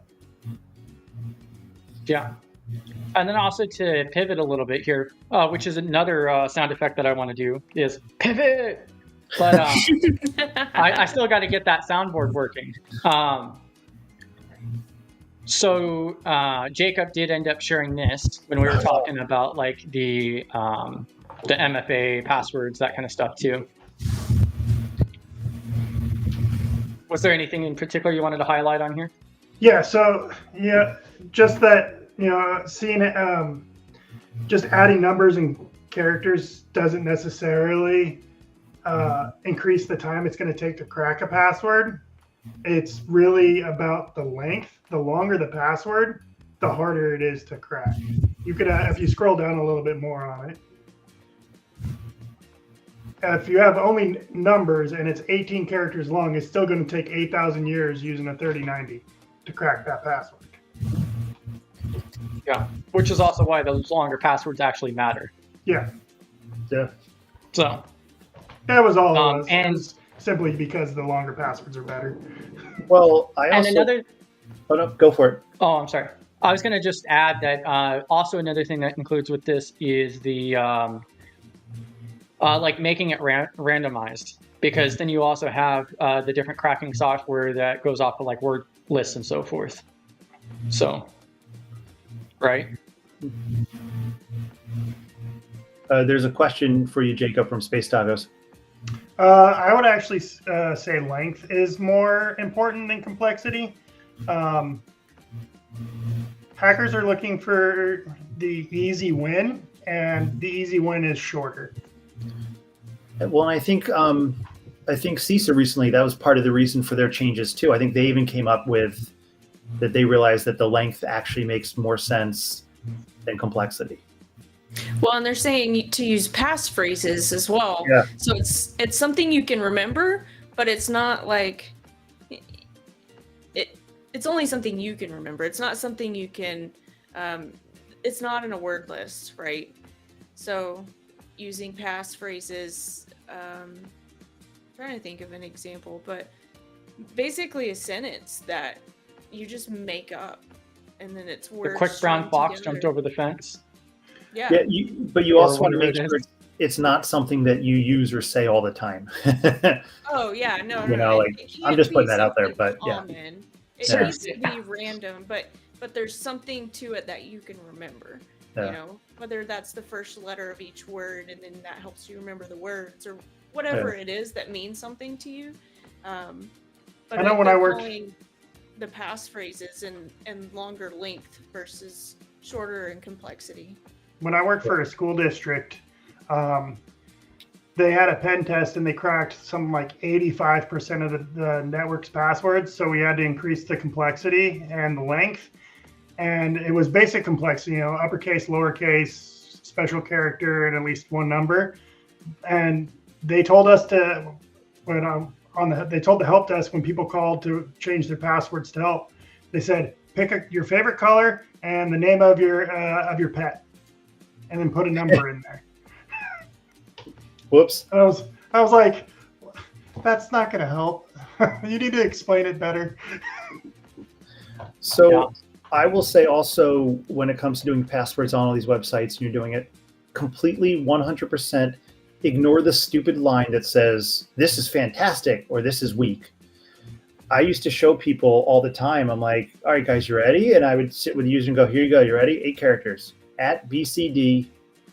234. I'm like, is that any good? They're like, no. I go, but look, what does it say? They're like, oh, it says it's fantastic. And I'm like, yeah, it has no clue. None whatsoever. Ignore what that little line tells you. So, and no, I did not, Davey. So I still vote past sentences. I think she's talking about like The passphrases. a passphrase, past sentence, similar Oh, stuff. I see. Okay. Yeah. Use a lesser known quote from a favorite movie. I Can we see. just become best friends? I was confused there for a sec. There's Don't another use that voice as your on there. password. Did we just become best friends? Oh. One. I can No, see no, no, Jacob no, now you on his can't- next it has pen to be- test. He's like, man, I love this password. It has to be 0, we just- 1, because each month then Oh. you can change it up to 12, and then you start back at 0, 1 again in January.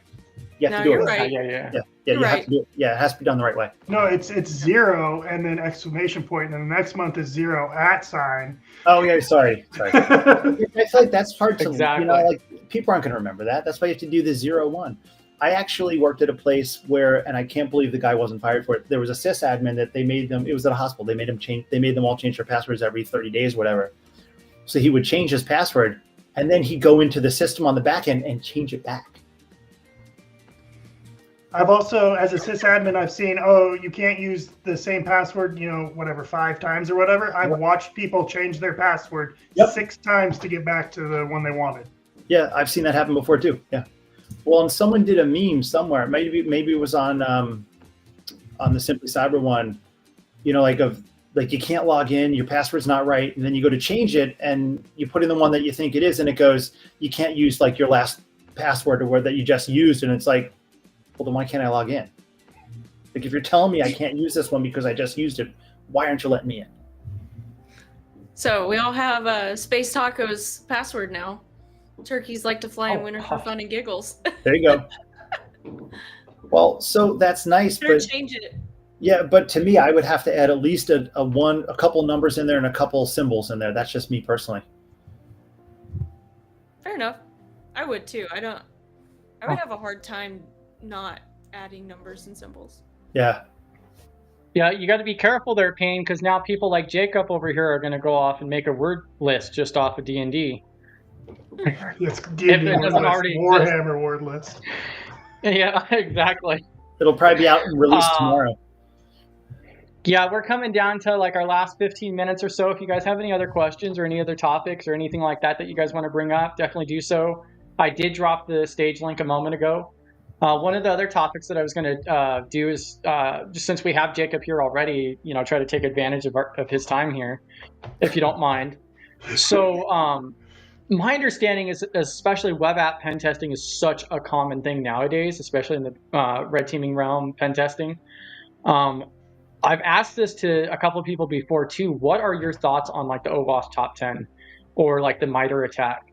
Like it seems like the OWASP top 10 is just like a golden, holy grail of sorts. So that's a hard topic because a lot of places, that's all they test for is they test for the OWASP top 10. And there's a reason it's there. It's because, SQL injection still exists. Cross-site scripting still exists. And every application web app out there, at some point it's been in there.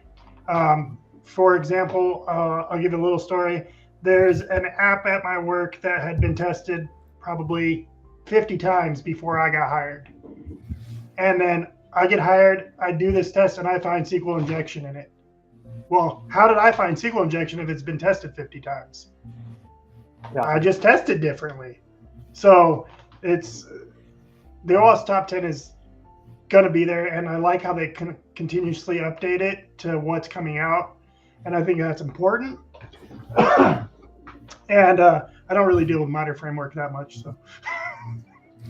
Yeah, I was just kind of curious because it kind of like what you said too, is it seems like, especially with some of the red teaming, the pen testing and so forth, like they only run the same thing repetitively over and over again.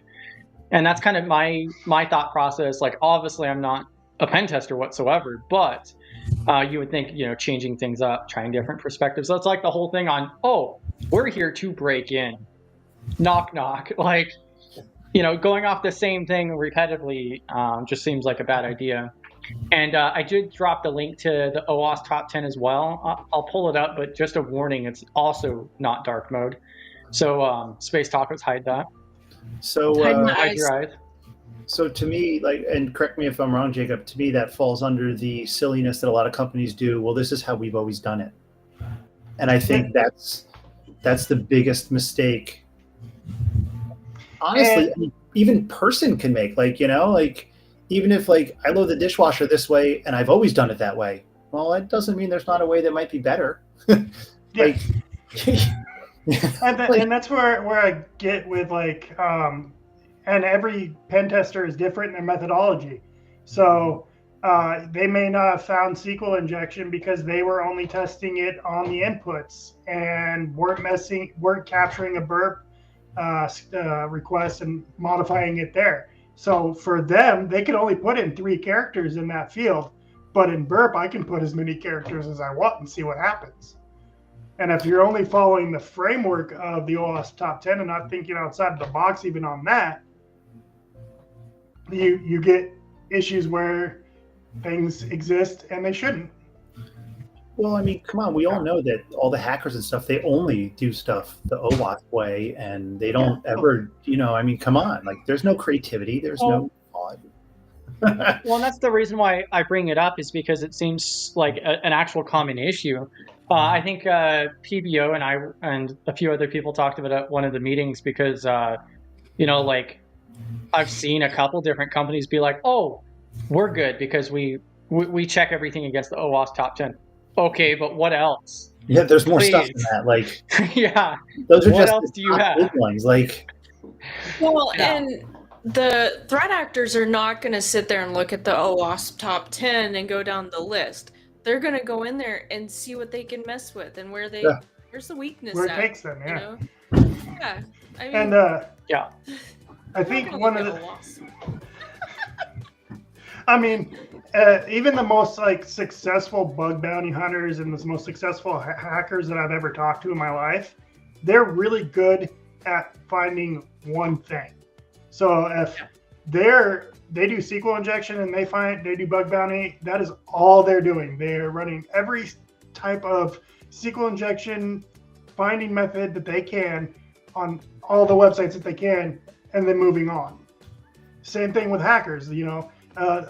Hacker A is really good at race conditions, so he's going to test just race conditions, and he's going to get super freakily good at race conditions. And then you're going to be like, look at a pen tester, and you have to test for all of that. Well, I'm not that freakily good at everything. Yeah. yeah, but sometimes Now- a generalist is what you want, I mean, and I think I've even seen it said, like, yeah, if you hire someone that's an expert at this, yeah, they're an expert at that, but how are they at all the other things? Like, can they still do all the other things? Because you want someone that also can do other stuff too, because you never know when you're going to need help or whatever. Yeah. And that goes back to having a team. And so even if, like, one person is assigned to an engagement, you have your team to go talk to. Yeah. I mean, I'm pretty sure that's how it works, right, Jacob? I don't know. I can't speak for everywhere, but I know where I work. I mean, people Where who I have work. teams. That's how it's just, supposed you to work. know, So I'm where not I a work, pen yeah. tester. If we have a full pen test of an app, there's 2 pen testers working on it. And we bounce ideas off of each other.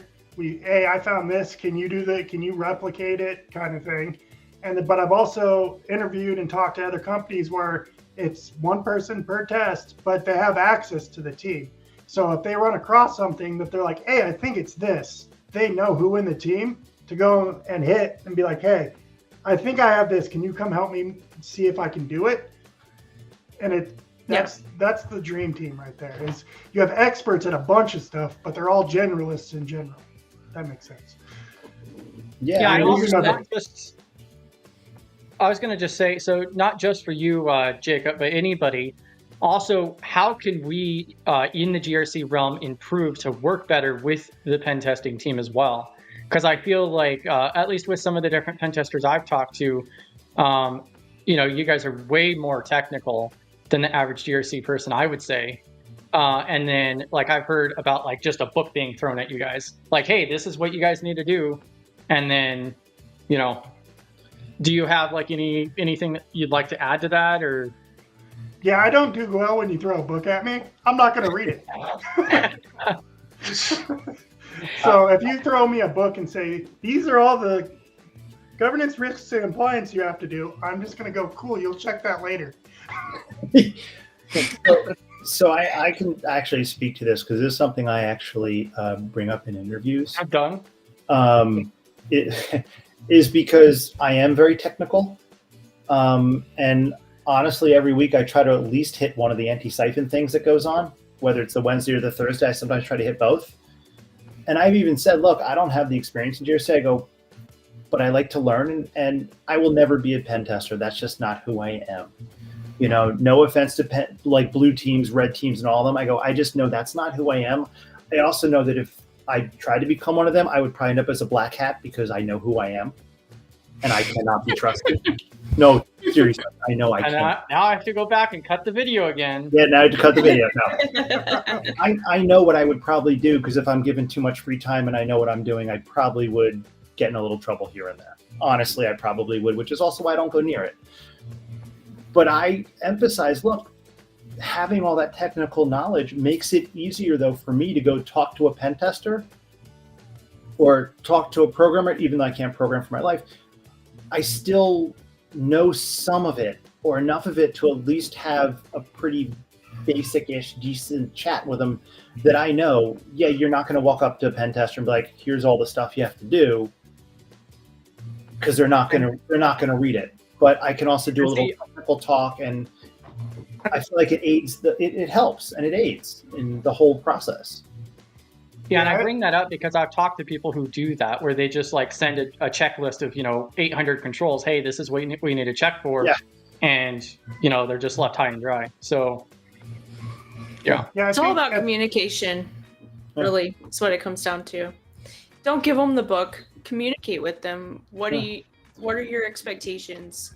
Well, it's like, I think Gerald just said, Jax, they've all said, they've seen, usually first time starting GRC people, they'll walk in for the interview and they'll pull up the control and then they'll read it exactly. And the person's like, what the hell are you talking about?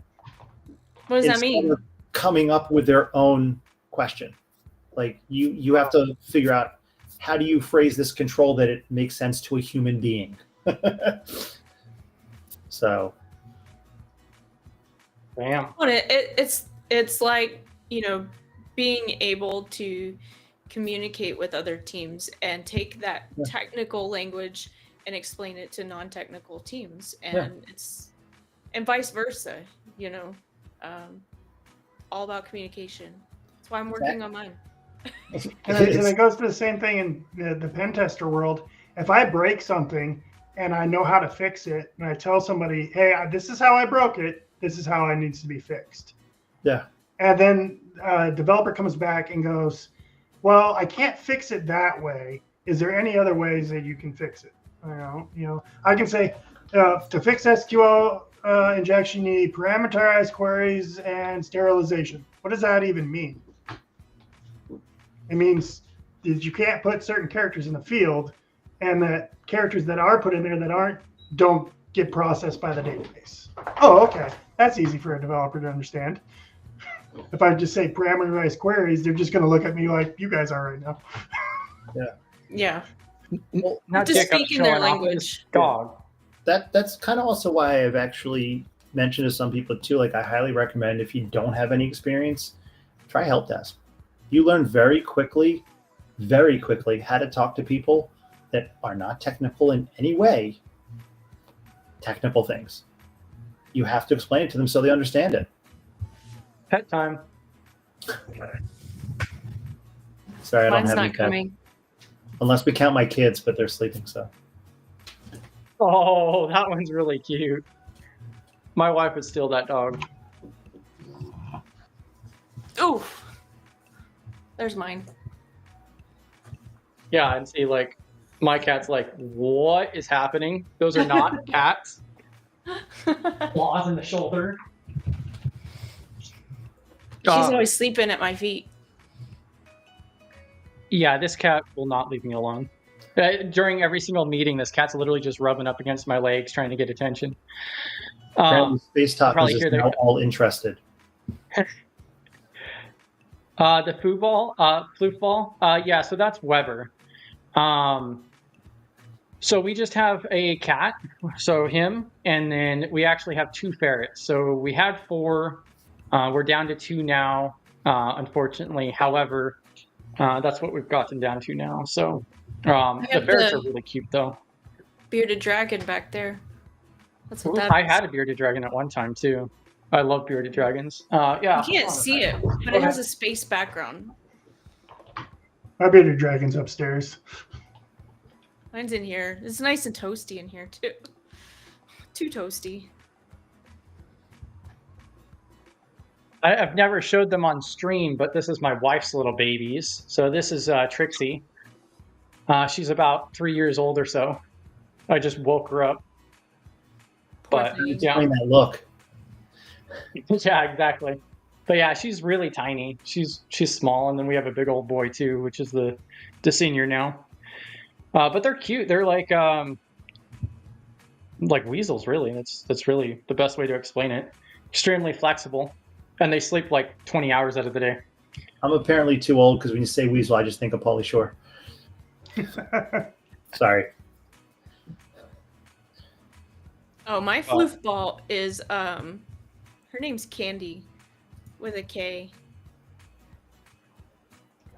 I had Bear was the French Bulldog and Harley was the German Shepherd.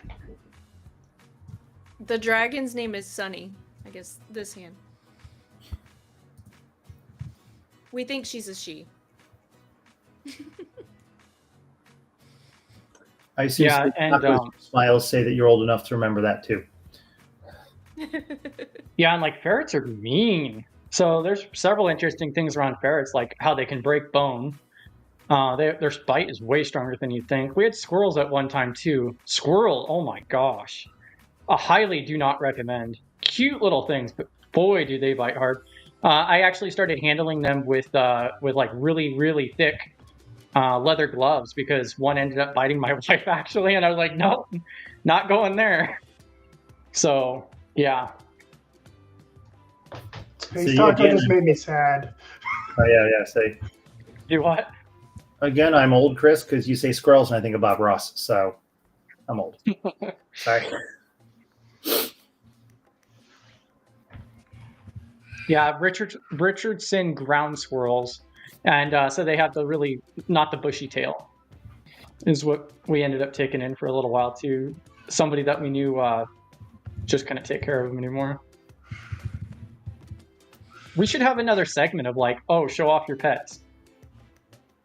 We should start another segment for it. Just at the end of the stream, just pet time. Exactly. All right. So yeah, if anybody else has any other questions or otherwise, go ahead and join the Discord. That's the next best option. So we're going to go ahead and bring this to an end. Well, we're just over our 2-hour mark now. I have a go quick ahead. question. So maybe it's just me, and how many guys in IT here have beards? Because it seems like everybody I'm seeing has a beard on stream. I can't be bothered to shave my beard. Maybe I just need to grow one in or something, because maybe I'm just not fitting in all the interviews because I don't have the beard. Like, hey, be authentic, be yourself. Don't try and fit in. I had a goatee for like 20 years. I was more than happy to get rid of it, and I don't ever want it again. So do something because someone else is doing it. Do something because you want to do it. There you go. I strictly have a beard because I was in the Army and I got so sick and tired of shaving my face every day that when I got out, I was like, I am never fully shaving my face again. My wife has never seen me without a beard. Oh, my wife was that way too until about 3 years ago. And then it took her like 6 months to get used to it. Yeah, so like me and my wife, we've been married for about 7 years now, and like, I mean, it's really, she just tells me, oh, you need to shave, or oh, don't shave. You know, I just follow direction. I'm really good at that. Just do as you're told. Yeah. I don't really hate, like, I absolutely hate when I did do sales, I did shave like every other day, which I hated. Most of the time it's just like, you know, it is what it is. It just becomes a pain to keep up with.